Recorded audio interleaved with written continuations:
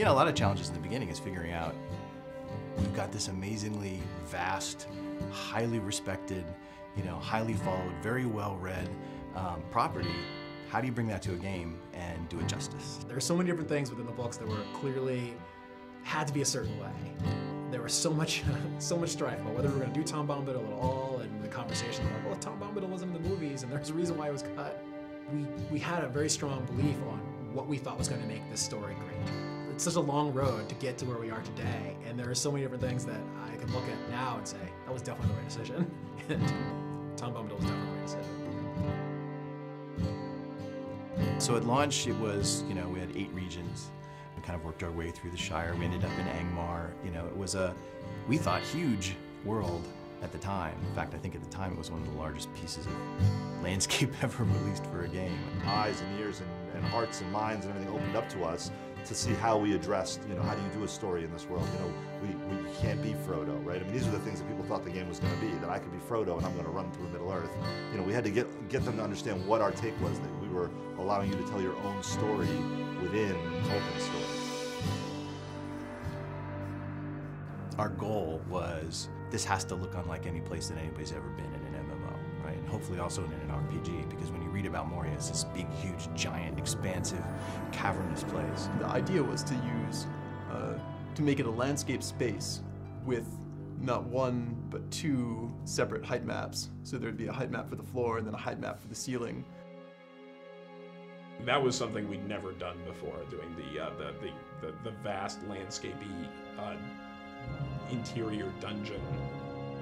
It's really hard without a date file and without having sky and clouds and sun and all the colors that brings in.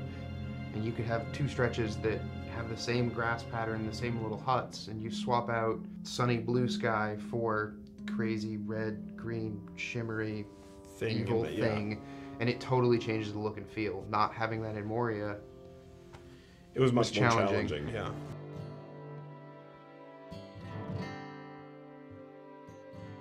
Our primary goal was to, how do we take this amazing game that people love once they get in it, but that there are some basic barriers to entry, like the subscription-only experience, and how do we reinvent what we have so that it retains all of its, you know, grand and glorious nature while addressing an audience that's much bigger.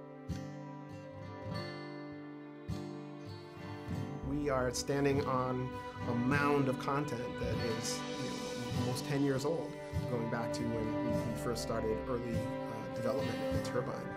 I think it's a credit to the early architects of the game that we're able to, you know, continue to add on to it and grow it and do remarkable things. Coming into Rohan, we have a totally new space. We have a totally new way of playing across it. And I think that being able to go out onto these vast plains and ride your war steed and challenge these, you know, mounted bands of marauders, I think we come to a whole new chapter in Middle-earth. This is where the War of the Ring begins. At a high level, it was sort of, the training wheels are coming off, we're out of Eriador, we're east of the Misty Mountains, into the very epic, action-oriented portion of the fiction. And being able to tell that story is extremely exciting. Lothric has grown and gotten stronger over 5 years.